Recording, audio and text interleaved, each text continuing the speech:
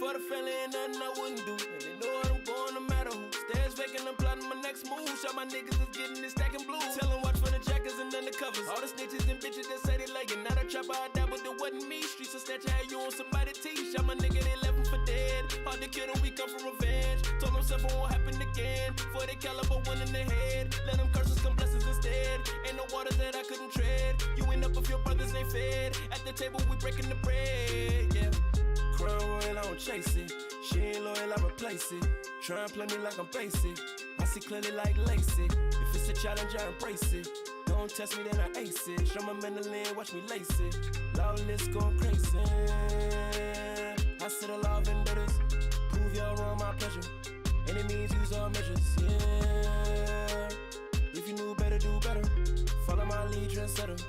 We certified go-getters, yeah. Me and my niggas. We don't talk shit, talk business, yeah. Ride to the finish. Only one try, we giving, yeah. One hand winning. Don't smoke to the sky, no ceilings, yeah. I'll be there in a minute. The pedal to the floor, we living, yeah. Drawbacks is a small cause for the dream, yeah. Fall back, never fall off, I've been scheming. All facts, we been long gone from the scene, yeah. Cooking up beam, yeah. Serving up fiends, yeah. Money machine, yeah. Building up steam, yeah. Talking, I seen that. Not on that screen, yeah. Nubian queen, yeah. All of my DM, what it's gonna be, yeah. I sit a law of vendettas. Prove y'all wrong, my pleasure. Enemies use all measures, yeah. If you knew better, do better. Follow my lead, trendsetter. We certified go-getters, yeah. Me and my niggas. We don't talk shit, talk business, yeah. Ride to the finish. Only one try, we giving, yeah. One hand winning. Don't smoke to the sky, no ceilings, yeah. I'll be there in a minute. The pedal to the floor, we living, yeah. Me and my niggas. We don't talk shit, talk business, yeah. Ride to the finish. Only one try, we giving, yeah. One hand winning. Don't smoke to the sky, no ceilings, yeah. I'll be there in a minute. The pedal to the floor, we living, yeah.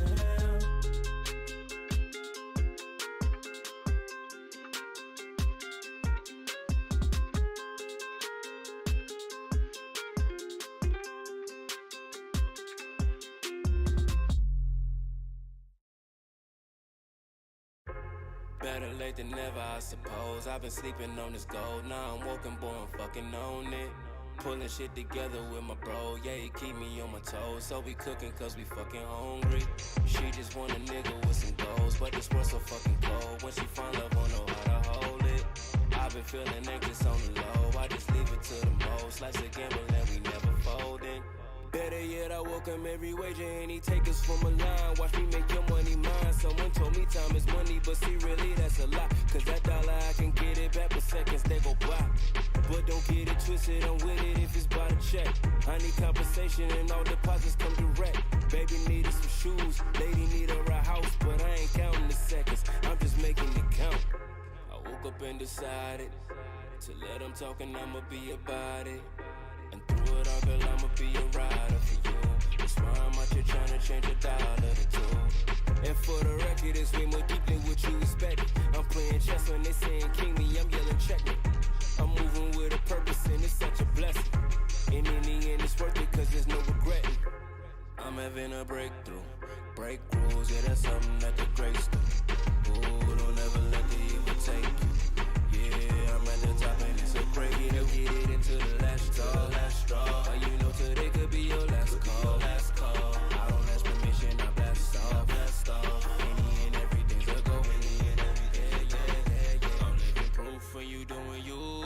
They gon' love you what they want, that's for them to choose. It don't matter if they don't. Lord help them, I try myself, but they out of reach. I count my blessings and say my prayers before I go to sleep. I get it, come home and shower, rinse and repeat. And cutting ties with any nigga dragging his feet. I'm cutting a line a couple times, I'm trying to eat. When you align, you never mind opinion and sheet. You wanna know that struggle, look into my eyes. You wanna know that pain, look into my eyes.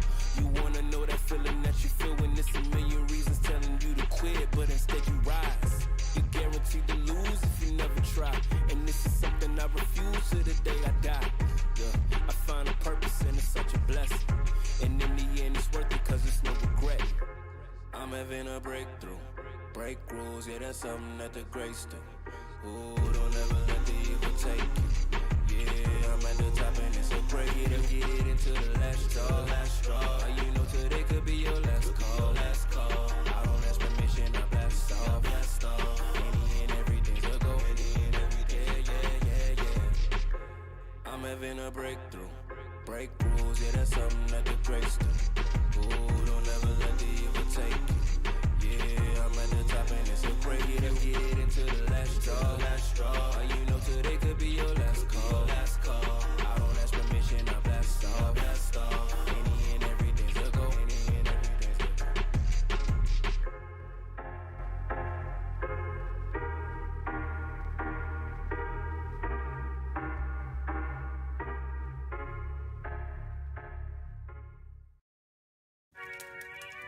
I woke up and the city was on fire.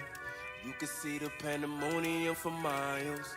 I've been living with this feeling for a while. If death is coming, I'ma greet So him live with it up, nigga, we gon' live it up. So can't get enough, ain't no bottom to my cup, no. Then split it up, you know how I like my blunts, bro.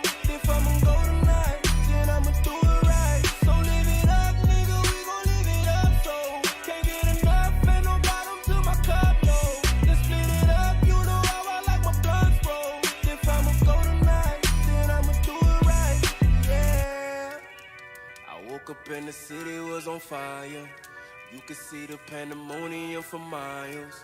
I've been living with this feeling for a while. If death is coming, I'ma greet him with his.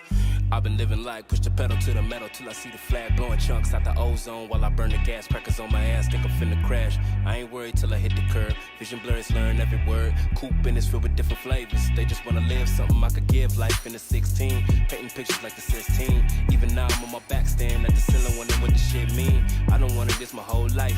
Now I'm here feeling so right. Getting faded in the strobe lights. Nigga, I could do this all night. Show me life, show me love, show me something real, show me something brand new. Take your time, in no rush. I just wanna feel everything you've been through. We ain't leaving till they shut it down. So take advantage when it come around. Doing damage every time we out. They gon' remember me without a doubt. So live it up, nigga, we gon' live it up. So can't get enough, ain't no bottom to my cup, no. Then split it up, you know how I like my blunts, bro. If I'ma go tonight, then I'ma do it right. So live it up, nigga, we gon' live it up. So can't get enough, ain't no bottom to my cup, no. Then split it up, you know how I like my blunts, bro. If I'ma go tonight, then I'ma do it right, yeah. I woke up and the city was on fire. You could see the pandemonium for miles. I've been living with this feeling for a while.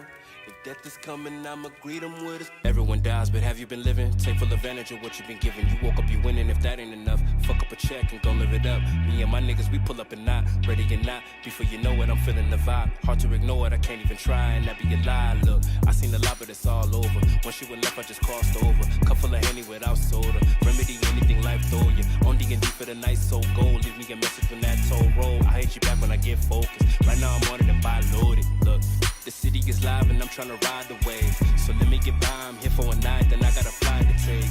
But when I return, the city gon' burn, cause I'm bringing all the flame. My nigga, it's all a game. My nigga, it's all So a live game. it up, nigga, we gon' live it up. So can't get enough, ain't no bottom to my cup, no. Then split it up, you know how I like my blunts, bro. If I'ma go tonight, then I'ma do it right. So live it up, nigga, we gon' live it up. So can't get enough, ain't no bottom to my cup, no. Then split it up, you know how I like my blunts, bro. If I'ma go tonight, then I'ma do it right, yeah. I woke up and the city was on fire. You could see the pandemonium for miles. I've been living with this feeling for a while. If death is coming, I'ma greet him with a smile.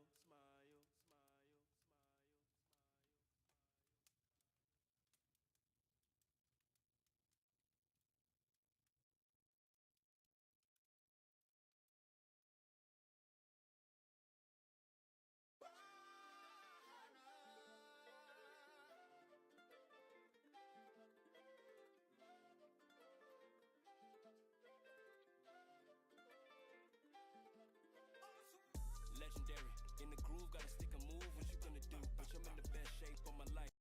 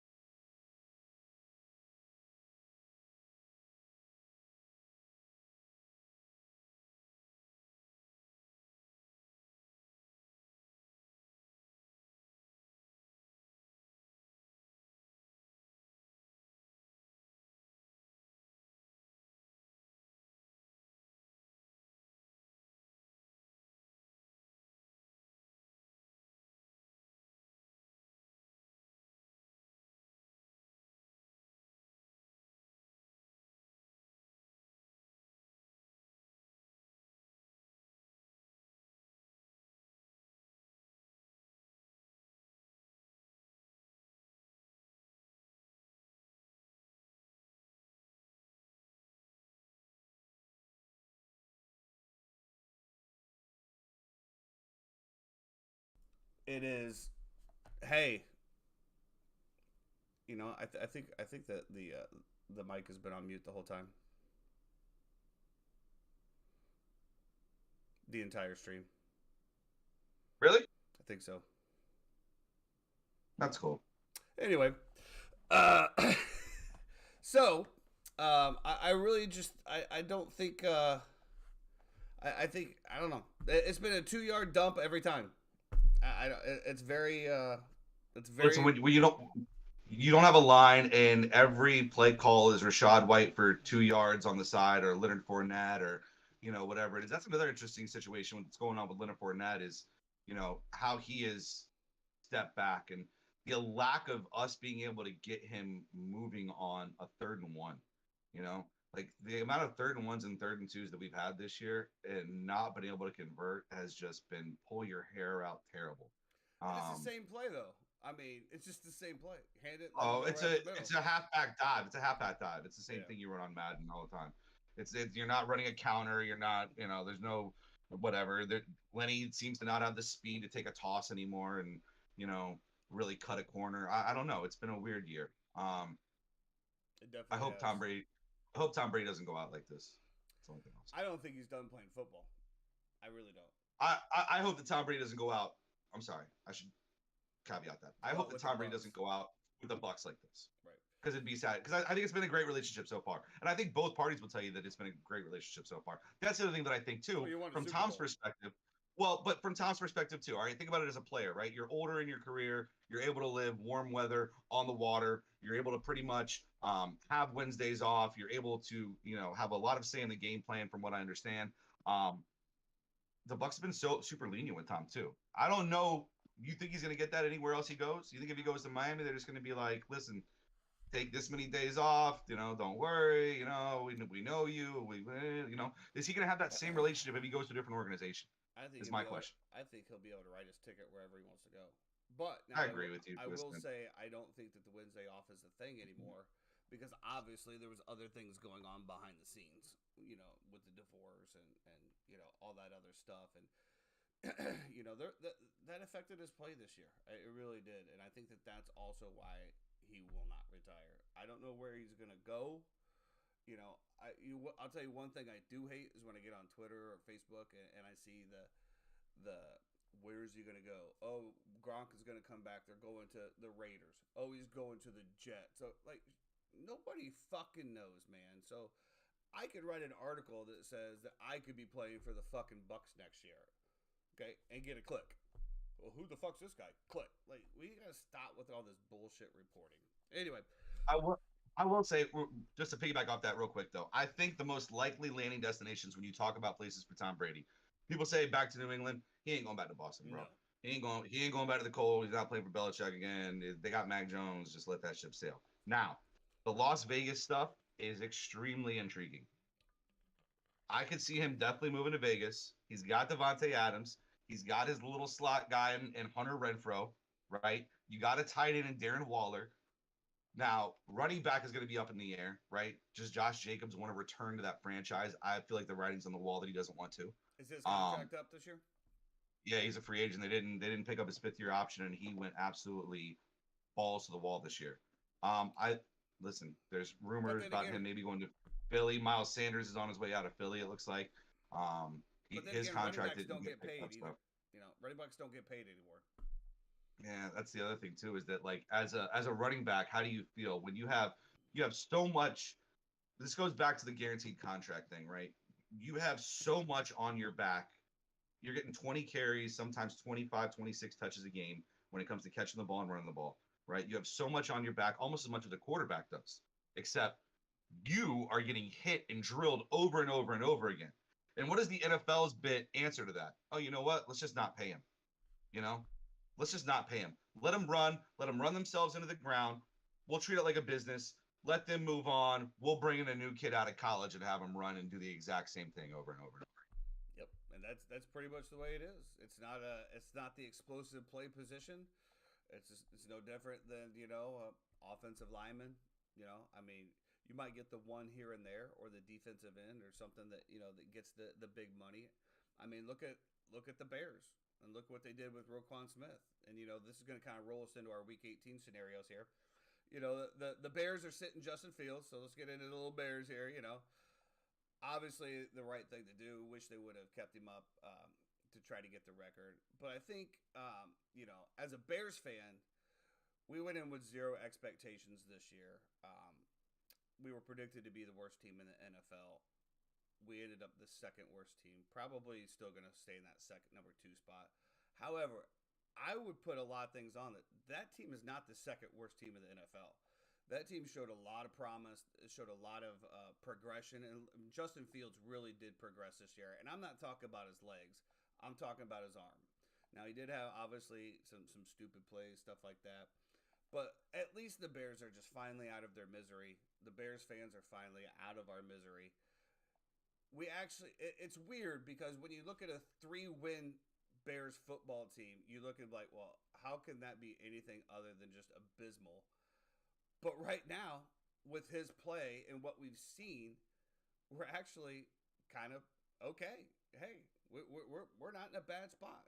And the Roquan Smith deal turned out to be a really smart move when Jack Sanborn comes in there and outperforms Roquan. And Roquan on the Ravens, he's been good on the Ravens. Let's not slander Roquan. We're not going to slander Roquan Smith here on this podcast. Okay, the guy is a really, really good player. He has done a lot for that defense. If you look at the Ravens' numbers on defense from before they got him to after they got him, he has done a lot better. But he wasn't the only person they picked up either. Okay, well now you're like exactly. Semantics, bro. See, like you're not. Let me clear the area. Roquan Smith is a great player, and I did not want to see him go. However, there was no way in hell the Bears are going to pay $20 million a year for a linebacker. It's just not going to happen. The team had so many other needs, still has so many other needs. There's no way that they could have wrapped up $20 million in him. The report I saw, they offered him $15 million a year. And he said, no, that's an insult. I need to be the highest paid linebacker. So be it. And then that goes to the contracts, and that's just the way it is. It's no big deal. We moved on. He moved on. Everybody's great. He's going to be a free agent. I don't think the Ravens extended him. I don't believe so. He's going to hit the market. I wish him all the well. But on the same token, from the Bears aspect, is it turned out to be okay. There was a lot of people that were questioning getting rid of Mack, getting rid of Roquan Smith. But a lot of Roquan's numbers, and again, Roquan is an outstanding player, but he also had Leonard Floyd, Akeem Hicks, and Mack on that front line in front of him as well. And those three guys are powerhouses. I'm so happy that Hicks got on the Bucs.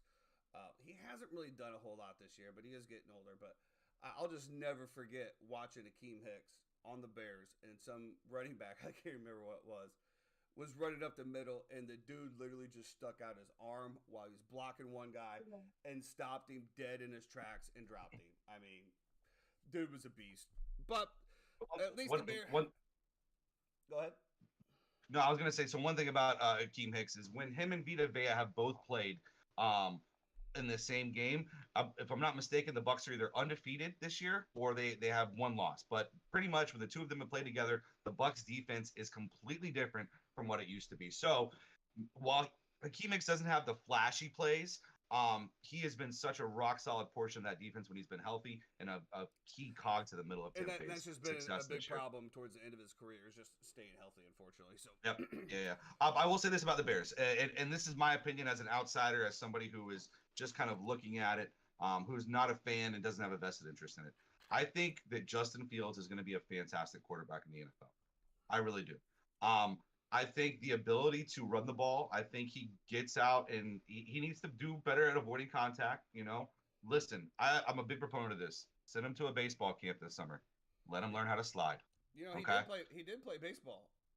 Okay, so I always say I think the quarterbacks who played baseball have a way better chance of avoiding contact than those who didn't, because the sliding becomes naturally to them, right?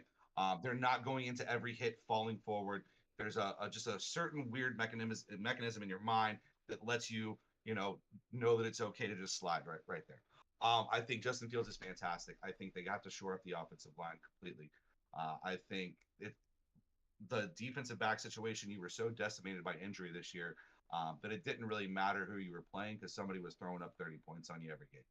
Exactly. I Um, mean, the it secondary got was decimated. it was completely decimated. It was a fade every single week in DFS or fantasy football, wherever you had. If they're playing the Bears, you started them against them. You know, it didn't really matter. You were stacking them, you were starting them. It was what it was. To go back to what you were saying about Justin Fields, I actually have Justin Fields in a fantasy football final matchup. Him and Tua Tagovailoa. Yeah. Tagovailoa We'll just were say my two Tua. quarterbacks. Yeah, I can just say Tua, but I was, trying to be the informed sportsman. Were my two quarterbacks this year in fantasy. I ended up being fortunate enough to make it to the championship game, and now I have neither of them. I will say this: if you're looking for a quick streaming option this week, I love Jared Stidham. Listen, he's playing in a dome. We don't got to worry about whether the game flow is going to be crazy. He's playing the Chiefs. I think Stidham lights it up. He just lit up the 49ers, the best defense in the NFL last week, for 336 yards and 3 touchdowns. He did throw 2 picks. So keep that in mind. Does have the affinity to turn the ball over. But I loved what I saw from him. Looked 10 times better than Derek Carr has looked all year. Give me Jared Stidham. All right. Let's go and stay with the NFC. So obviously we have a lot of playoff implications this week as well. Like we talked about, Dallas, Philly are really in the fight for the spot to play the Bucs. Then you also have the 49ers. You have the Seahawks, the Lions, and the Packers. Now the Packers are the only ones that control their own destiny. Packers are winning in. Detroit, I do believe if Seattle wins, Detroit is out. And then so that begs that, a lot of people are talking about tonight, or, on the comments this morning was, hey, so is Detroit even going to have a vested interest? Because obviously that's the Sunday night game. So they're already going to know their destiny going into Sunday night. So if it doesn't matter, are they really going to put up into that? I say, Dan is going to have that team fired up. If you think that dude is not going to give a fuck about a game against Aaron Rodgers in Lambeau Field, you are absolutely out of your fucking mind and probably watch less football than me. With that being said, I will never root for Aaron Rodgers. I off the field, I think he's a pretty cool dude, and I think he's a pretty cool dude. On the field, though, he like you said, he fucking owns us. So I don't like owners. I don't like my owner. So I think if I'm go ahead. I think the Packers get it done, regardless. I think that the Packers get it done. I don't know. I kind of wish that all of those games would be played though at the same time. That's my only thing. Is I realize that we flexed that game to Sunday night because it is the biggest game, but I think you could have put the Bengals and Ravens in that Sunday night and let all of those NFC teams duke it out on the 1 o'clock games or the 4 o'clock games so that there is no dead in the water come Sunday night with that game.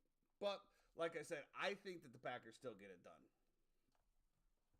Seattle loses to the Rams, then it basically comes down to Detroit and Green Bay. Correct. But if Seattle wins, Detroit is out. And then Green Bay is automatically in. No. Green Bay still has to win. Green Bay still has to win. So if Seattle wins and the Lions win, Seattle's in. Green Bay wins and they're 100% in. Look it up. I gotta see this real quick. Look it up. Just because I didn't honestly do a lot of research on this part of it. Just I don't know why I didn't. Yeah, think it was those gonna three come up. teams Maybe are if all- I would have read the outline, I would have known. But so my question would be though, well, how come if Detroit beats Green Bay, how is Detroit not in over Green Bay? If Detroit beats Green Bay, they are in if Seattle loses. Okay, so if Seattle wins, If Seattle to 9 wins, and 8, Detroit's out. they hold the tiebreaker. Right. So Seattle wins. Because do you remember that game at all? That Lions Seahawks game from earlier in the year? Bro, it was like what 48-45 or something like that. It was just an absolute shootout all over the field. I believe I started Gino that week though. It was crazy. So back to it. The Packers controlled their own destiny. So who do you like in that game? I like the Lions. In Lambeau. I don't care if the Lions are playing for anything. Lions have been my darling the entire year. Because you watch. You know, Hard I've Knocks? had no. I think the way the Lions have built their team has been the right way. I Did you think watch if Hard you Knocks? get, of course, I watch Hard Knocks. Ah, there it is. I've also watched Jared Goff play football, and I don't think he's that big of a fall off from Matt Stafford, regardless of what pundits will tell you. I think Jared Goff can sling the rock. I think Jared Goff makes good decisions. I think Jared Goff in a dome, you give me him all day. But he's not in a dome. Yeah, that's correct. Actually, I think that they run the ball very well. I think Jamal Williams is more of like Jamal Williams has this weird revenge thing against the Packers that he always loves to score touchdowns on. I do think that DeAndre Swift is starting to come into his own. He had a great pop to the very first few weeks of the year, and then just completely fell off the map. Whether it be injuries, playing time, whatever, there was a lot of smoke, not a lot of stuff going on there. I don't think Aaron Rodgers is right. In my opinion, last week's game was fine, right? The Vikings game was what it was. Like the last three. The Vikings got down so bad in the very first half that it was just over. Well, right? We're talking about that. I mean, we can go back to the Bucks as well as the Vikings. Is anybody fucking scared of the Vikings in the playoffs? No. Absolutely not. No. If Kirk Cousins is not playing at 1:00 in Minnesota at home, you will fade him every single chance you get. I mean, the Minnesota Vikings to me have to be the biggest frauds in the NFC. It's just, I don't. It's no. Who do you want as a Bucks fan? You want the Cowboys or the Eagles? Week 1. I'd rather take the Cowboys. I'd rather take the Eagles. Well, it depends. Is Hurts playing? Well, but this is what I'm saying. If Jalen Hurts does not play this week, let's say it's Gardner Minshew again, right? Now you lose again. Now you roll into you were basically the top of the top. There was nobody that was touching you for so long. Jalen Hurts goes out, you lose multiple games in a row. You're reeling a little bit. Now you got to go on the road to where you just lost last year in the playoffs. Jalen Hurts is coming back for his very first game. Rusty, no work, nothing going on. You've also already beat Dallas once. Well, we beat Dallas the past 2 years like a drum, but whatever. We'll not get into that and semantics. I'm going to piss off a lot of my Cowboy fans who I told to tune in today. So I don't really want to do that, initially. The the Cowboys are right behind the Vikings, in my opinion. I mean, Cowboys don't really scare me either.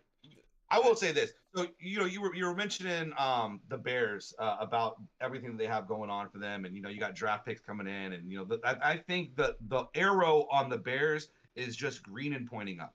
Okay, absolutely. That's my complete opinion. I think the arrow on the Cowboys is going to be red and pointing down, especially after this year going forward. Dak is not the guy. We know Dak's not the guy. We've seen Dak not be the guy over and over and over again. He's Jerry's guy. We continue to give him chances. Here Jerry's we are, guy. Right? I'll say this. I think the Giants have also done a great job of building through the draft, building their line first. When I was talking about the Lions, what I wanted to say, and I didn't get to it, was that the Lions went offensive and defensive line, let the skill pieces fill in around them, right? Now, they took Jameson Williams really high this year. The Lions did. He's going to be great next year and going forward. He's going to be an absolute difference maker, especially in fantasy football. But I think when you look at the Giants pretty much have no weapons whatsoever. Richie James is pretty much their number one target right now, right? Him and Bellinger, the tight end. Saquon is going to be a free agent this year. You got to figure that out. Daniel Jones, you got to figure out as well, too. But I think your lines are already set. Your lines are set. The Giants defense looks great already. Giants have a ton of draft picks. I think 2 first rounders next year, don't they? Two first rounders. One of my buddies, I think they have 9 picks total, something like that. One of my buddies is telling me they're 4th in cap space for next year. So who's number 1? That is another team where the arrow is pointed straight up in green. Absolutely. And they are to the moon. And I love Brian Daboll as their head coach. Absolutely fantastic. You know who's number 1 in cap space, right? The Bears. The Bears. All right, so let's kind of wrap it up the NFC here before we close it out with the AFC. All right, so week 18, obviously, I mean, we got a few things that does affect the NFC. So we got, let's see here. Well, real quick, I can just give you my rundown. What I'm going to tell you is going to happen tomorrow. Okay, Kansas City is going to beat Las Vegas. Jacksonville is going to throttle Tennessee. They're going to throttle Really? Tennessee. They're going to throttle Tennessee. Throttle Tennessee. Unless Derrick Henry is going to go ahead and put up his little 200-yard game. But I think the problem with that, too, is that they're just not going to be able to control the clock. I think Jacksonville throws the ball over the yard. I think Trevor Lawrence is a really, really big day tomorrow. Did I see something that Josh Heupel is going to the Titans as their offensive coordinator? Josh Heupel?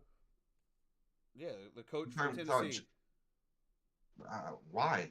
Why would he ever do that? I could have swore. There's zero shot. I'm going to tell you this right now. Tampa Bay plays Atlanta in Atlanta. Atlanta will definitely want to win. Tampa Bay will not care. I think Blaine Gabbert will still come out and make it competitive. If you're looking at a line, I think I saw Bucks plus 4.5. I think I'm taking the Bucks plus 4.5 all day right there. New England Buffalo. This is a weird one. This is a stinky one. You just don't know what mindset that Buffalo team's in. Give me New England. Minnesota, Chicago, Minnesota for sure. Baltimore, Cincinnati. Cincinnati is going to roll right there. Houston, Indianapolis. Nobody is going to care. The Jets in Miami. I think Mike White throws the ball all over the field, and the Miami demise officially will come to an end. And they're going to go back to the drawing board next year. What a drop! What a drop from glory! I think they got to figure it out, man. They go from 8-3 to 8-9, and you're looking at yourself in the mirror like, what the hell just happened? What the hell? Well, I mean, Tua. What the hell just happened? Is Tua going to play again? I mean, let's be honest. That dude's had like 4 concussions this year. Listen, they got Terran Armstead this year.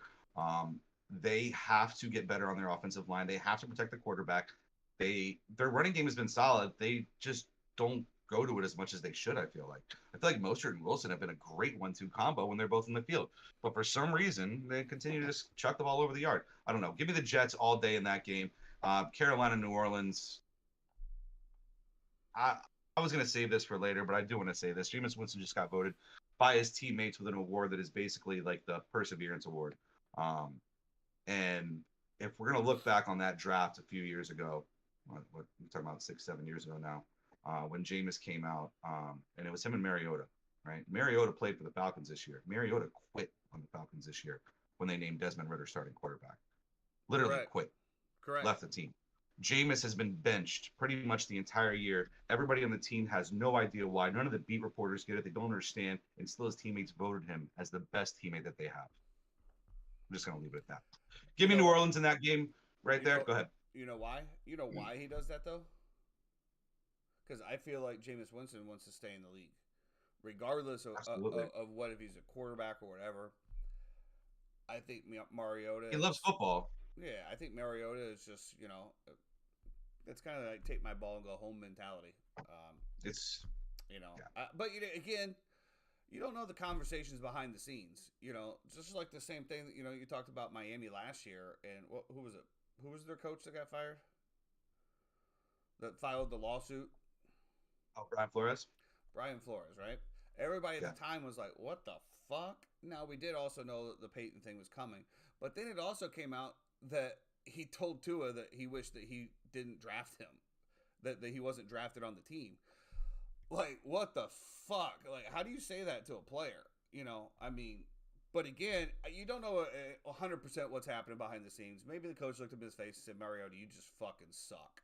Which could have been the truth because, let's be honest, they wasted Kyle Pitts another year. They wasted, Drake London. I know. I had him. Bum. They had a great rushing attack with Patterson and the what's the other guy? Algier. They had a great running attack. They had the pieces. They just didn't have the man behind the gun. And it makes you wonder if they still had Matt Ryan. Now Matt Ryan obviously got benched in Indianapolis as well for probably the same mistakes he was making over there. But it's just like, again, you just never really know, and it's just kind of sad. So.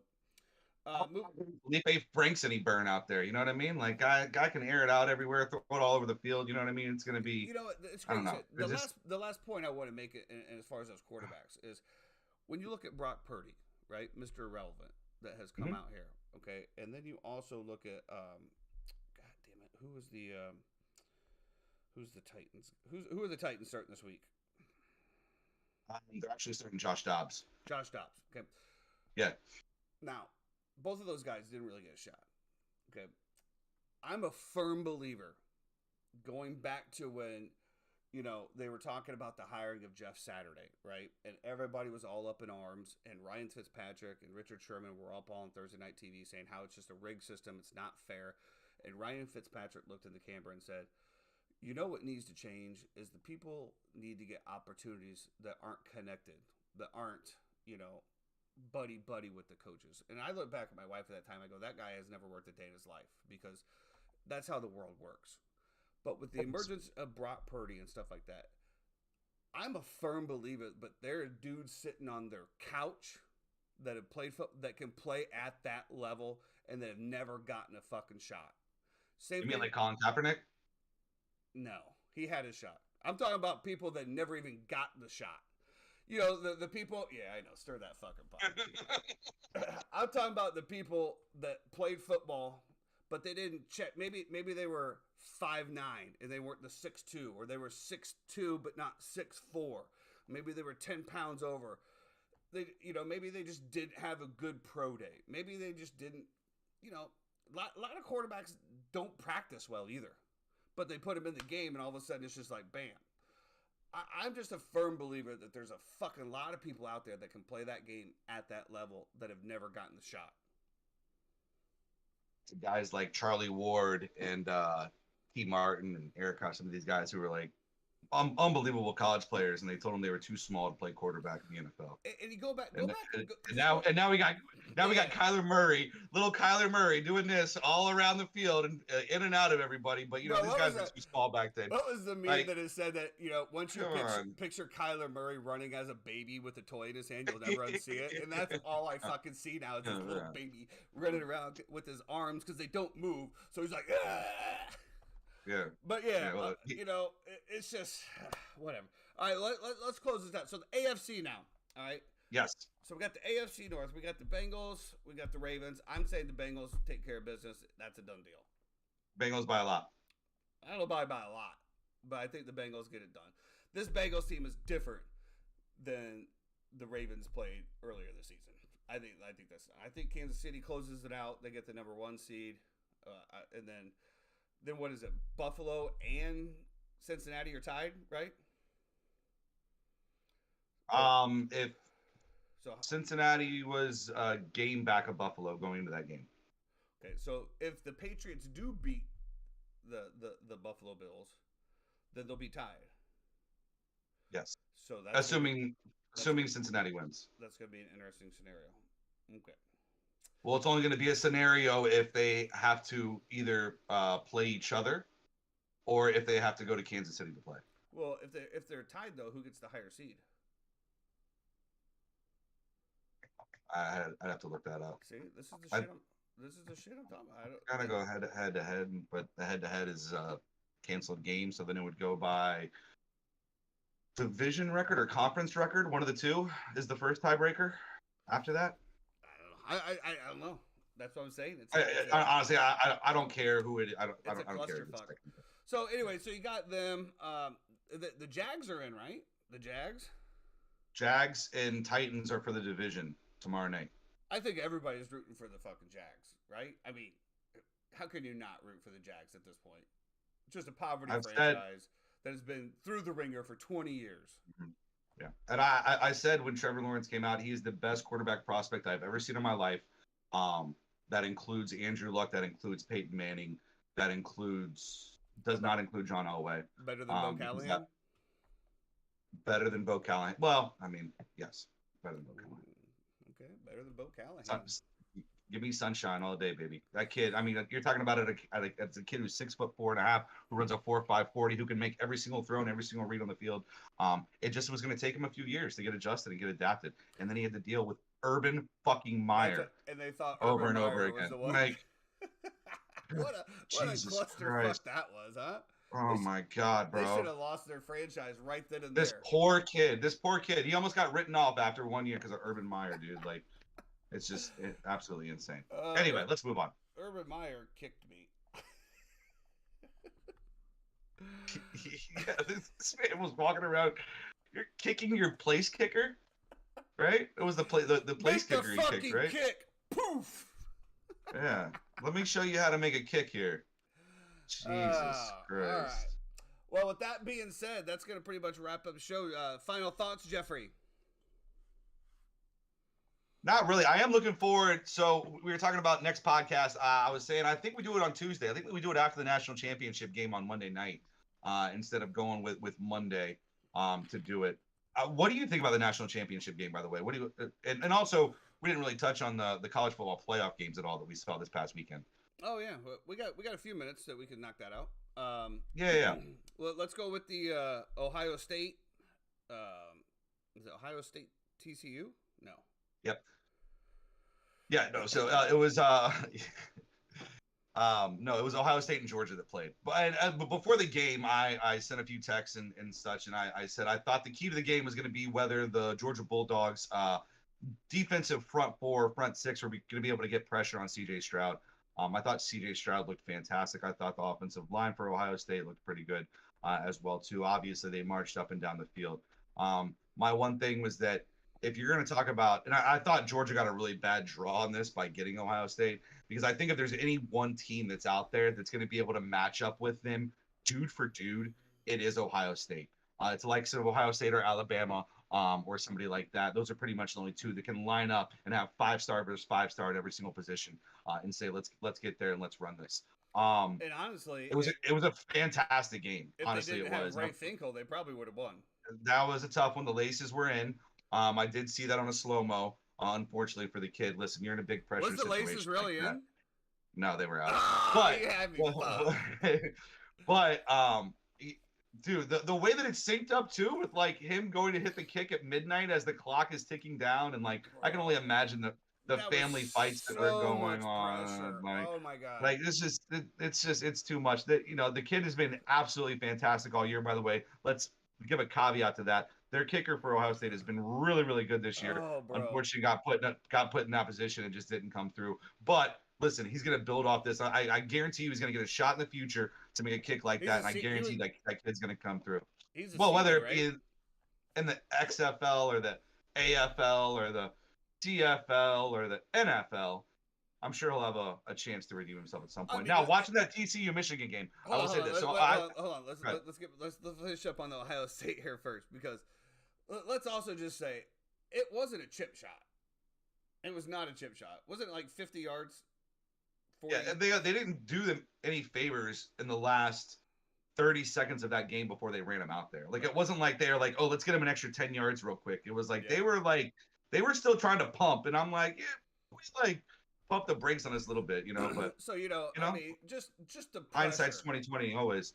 Just the pressure on that, it had to be insane. I remember I had a putt in college to go to the college like finals. Right, I had a 3.5 foot putt on 18. I make it, I go. I missed the hole by 3 feet. That like it's just the nerves. Like, oh my god, dude, the shank on that ball was just. And the meme, right? The Madden meme where they drew him and they had the arrow. Oh my god! But I will say this though. Okay, so you made that mistake, right? And then what? 10, 12, 15 years later, we go to Bay Hill. We play 18. You have the birdie putt down the hill, Sunday pin, and you make the putt, right? Because you learned from that mistake. No, there was no pressure on that putt. Pressure from us. Let's transition over to TCU Michigan now. A lot of people thought Michigan was going to blow the doors off TCU, and to me, I was not one of them. I probably watched more Michigan games this year than anyone else. I'm sorry. I personally watched more Michigan games than I ever have in my life. Let's just say that. And yeah, probably not. Well, when you don't watch fucking Gators lose every week, you got to find something else. Well, Tail. Honestly, Michigan to me it's just that team again, man. It's just that team, kind of like the Bucks. You never know what team is showing up, and they've looked so dominant sometimes, and then they've looked so fruity sometimes. So I didn't know what team was coming, and honestly, I think Harbaugh is not the coach that everyone thinks he is. I just don't think he is. So I thought it was going to be a game. Everybody wrote off the Big 12 sucks, and of course the Big 12 is an inferior conference. I mean, let's all be honest. Oklahoma had their days, but now it's just inferior. It's just an inferior conference. And yes, the Big 10 is a better conference, but overall, it's just Ohio State.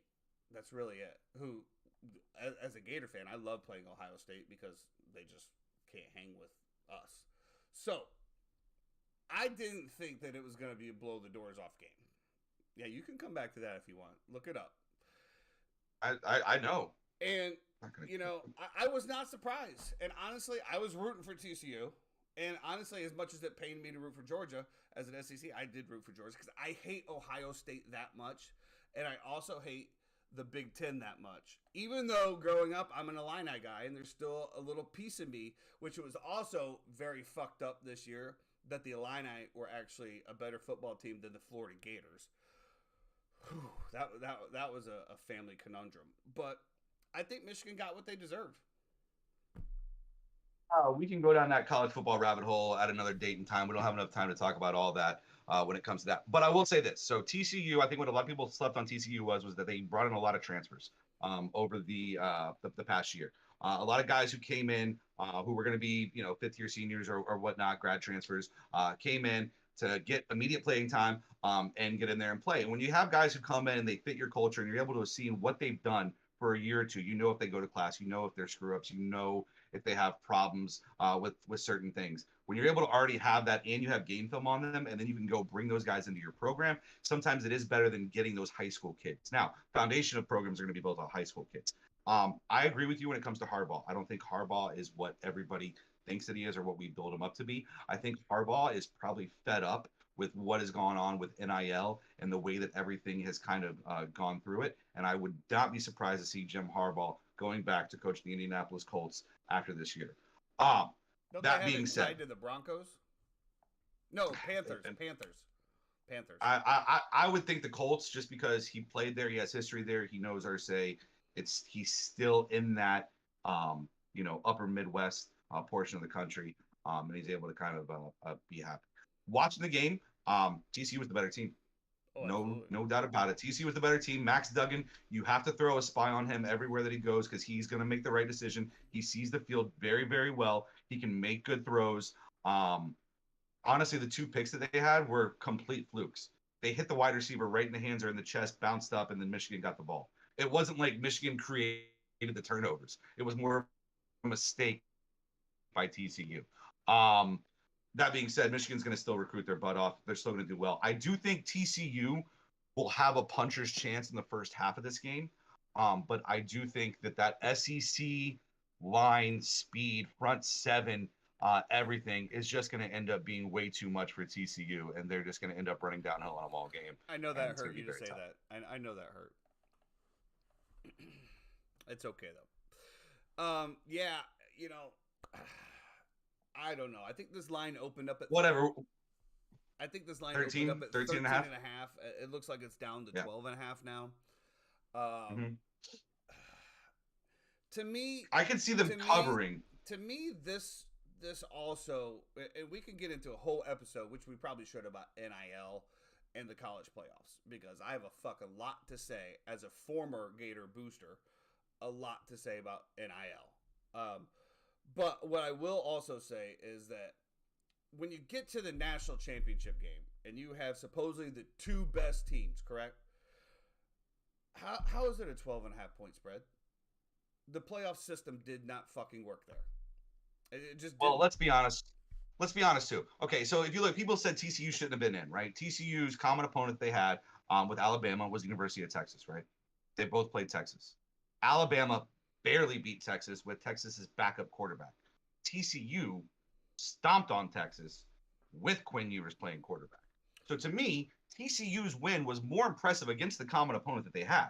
They 100% deserved to be there. I'm not People saying, wrote them off. You're misunderstanding. I'm not saying that they don't deserve to be I understand there. what you're saying. I think it's just when it comes to the playoffs, right? And I know we're expanding down the road, but the fact of that we have a national championship game and the spread is 13 points, there's something wrong.